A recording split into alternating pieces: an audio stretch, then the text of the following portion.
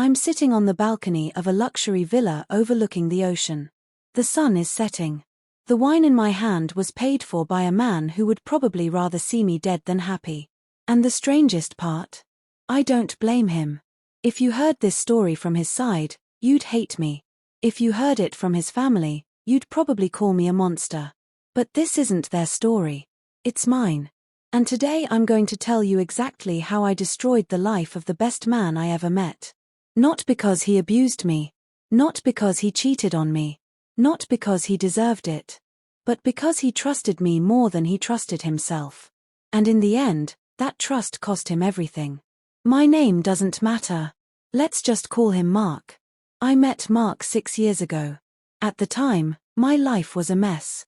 I was a single mother struggling to keep things together. Bills were always late. My apartment was falling apart. My car barely worked. Every month felt like a fight I was losing. Most people think desperation looks dramatic. It doesn't. It looks ordinary. It looks like smiling when you're exhausted. It looks like pretending everything is fine. It looks like calculating how many days you can survive before your bank account hits zero. That was my life. Then one rainy Tuesday afternoon, I met Mark. He walked into a small cafe while I was sitting alone near a window. He wasn't flashy. He wasn't the loudest person in the room. But there was something different about him. He looked stable. Comfortable. Like the world wasn't constantly trying to crush him. A few minutes later, he walked over. "Mind if I sit here?" I shrugged. "Go ahead."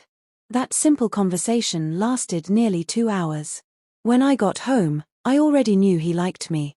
By the next morning, he texted. By the weekend, we had our first date. A month later, he was completely invested. The thing about Mark was that he genuinely cared. Not the fake caring people show when they want something. Real caring, the dangerous kind. The kind that makes someone put your needs ahead of their own. The kind that makes them vulnerable. The kind that makes them easy to hurt. I noticed it immediately. And I wish I could tell you I felt guilty. I didn't. At least not then. At first, I thought maybe I could actually love him. Maybe this would be different. Maybe I could build a normal life. But there was one problem. A problem named Daniel. Daniel was the man I had loved for years. The wrong man. The complicated man. The man who never seemed ready when I needed him. We had broken up more times than I could count. Yet somehow, neither of us ever fully walked away. Even after meeting Mark, Daniel remained in my life. Not openly. Not officially. But he was there. Always there. Waiting in the background. Mark didn't know. Nobody did. For the first year of our relationship, I lived 2 lives. The woman Mark saw. And the woman I really was. Then came another secret. My daughter. Mark didn't know about her. Every time he came over, I arranged for her to stay elsewhere. Every time he asked questions, I had answers prepared. The lies multiplied. At first, I hated lying. Then I got good at it. Then it became normal. That's how deception works. You don't wake up one day and become a liar. You tell one lie. Then another. Then another. Eventually, the lies become part of your routine. Part of your identity. Part of your life. 1 year became 2. Then Mark proposed. It happened during a weekend trip. The kind of trip people post on social media with captions about soulmates. We were sitting at a restaurant overlooking the water. The sunset was perfect. The timing was perfect. Everything was perfect. Then he got down on one knee. The entire restaurant went silent. People turned to watch. I remember looking at him. His hands were shaking. His eyes were full of hope. And for a brief moment, I almost told him no. Not because I didn't want the life he offered. Because I knew I didn't deserve it. Then reality returned. I saw the future he was offering. Security. Comfort. Opportunity. A way out. So I smiled. And I said yes. Everyone applauded. Mark looked like the happiest man alive. I looked like the happiest woman alive. Only one of us was acting. The wedding happened 8 months later. His family embraced me immediately. His mother cried when she saw me in my dress. His father hugged me and said, "Welcome to the family." Even now, I still remember those words. Welcome to the family. I wonder if he still means them. Probably not. Marriage changed everything.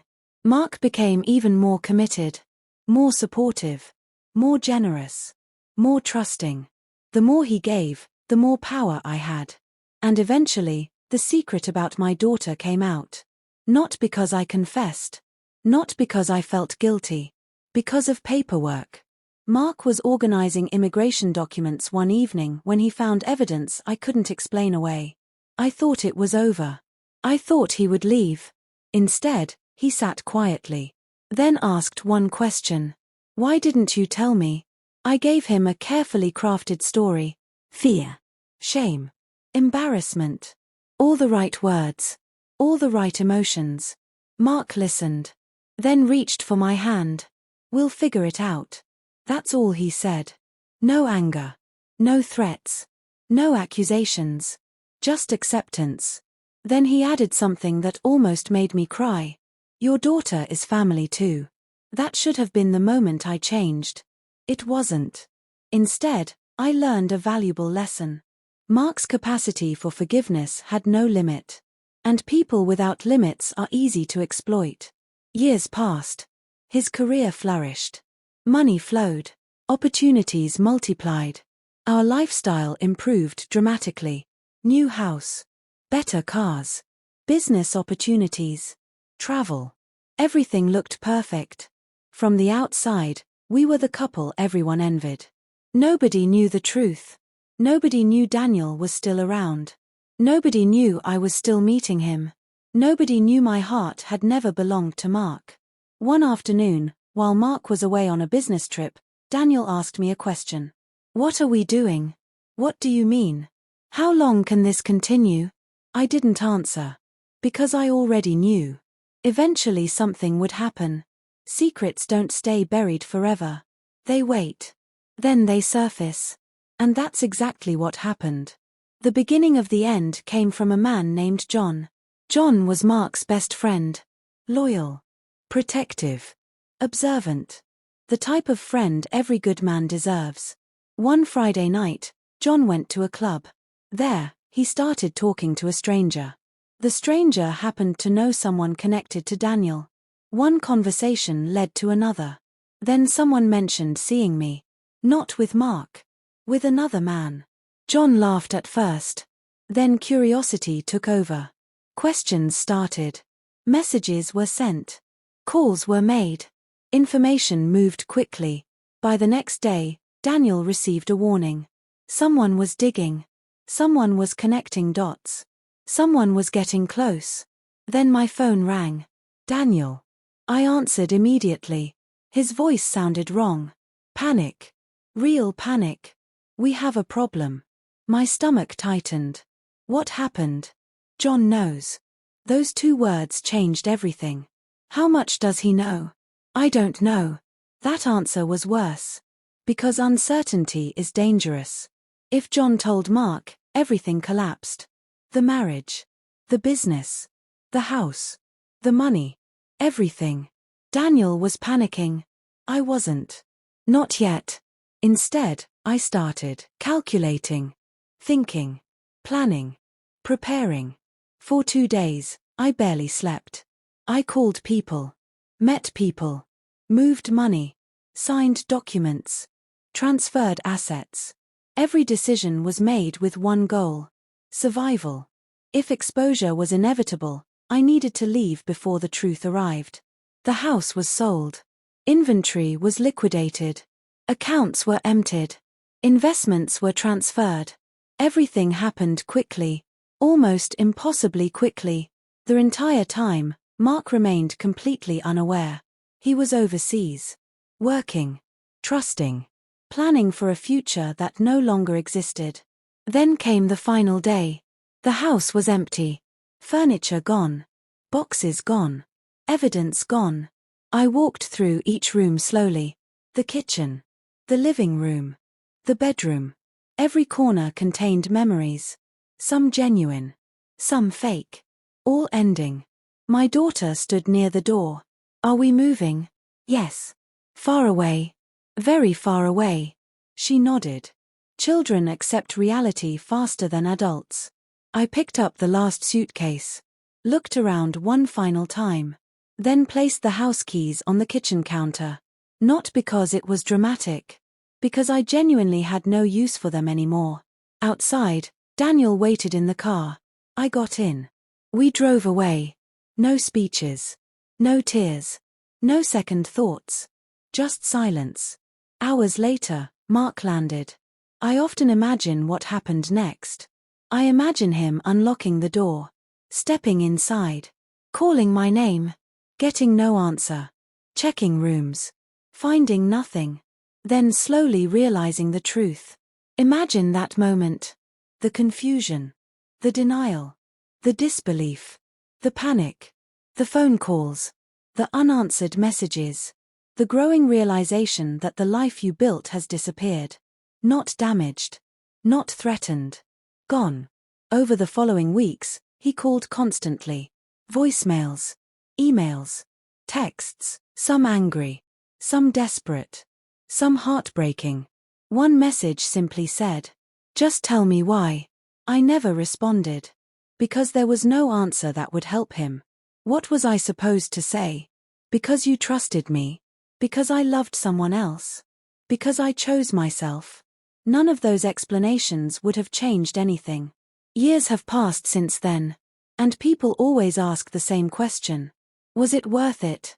The truth is complicated. I got the life I wanted. At least partially. I escaped the life I feared. I gained freedom. But freedom comes with consequences. The strange thing about betrayal is that it doesn't disappear once the act is over. It follows you. Quietly. Constantly. Sometimes I wake up thinking about Mark. Not because I miss him.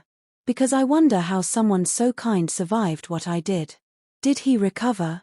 Did he trust anyone again? Did he rebuild? I don't know. Part of me hopes he did. Part of me suspects he never fully recovered. The truth is that stories like this don't have satisfying endings. There's no moment where everyone gets what they deserve. Life isn't fair enough for that. Sometimes good people suffer. Sometimes bad people prosper. Sometimes both happen at once. That's reality. Messy. Uncomfortable. Complicated. So what am I? A villain? A survivor?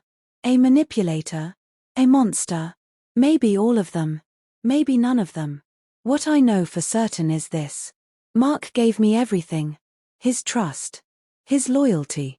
His future. And I used every bit of it to build my escape. You can hate me for that. Most people do. But before you judge too quickly, ask yourself one question. How many people have stayed in relationships they didn't want because leaving was too difficult? How many people have chosen comfort over honesty? How many people have hidden parts of themselves to protect their own future? Maybe not to this extent. Maybe not with consequences this devastating. But enough to understand how it starts. One compromise. One lie. One secret. Then another. And another. Until eventually the person you became is unrecognizable from the person you used to be. That's what happened to me. And that's how I destroyed the life of the best man I ever met. Now tell me, who do you think is the real villain in this story? Me? Mark? Daniel? Or the lies we all chose to live with?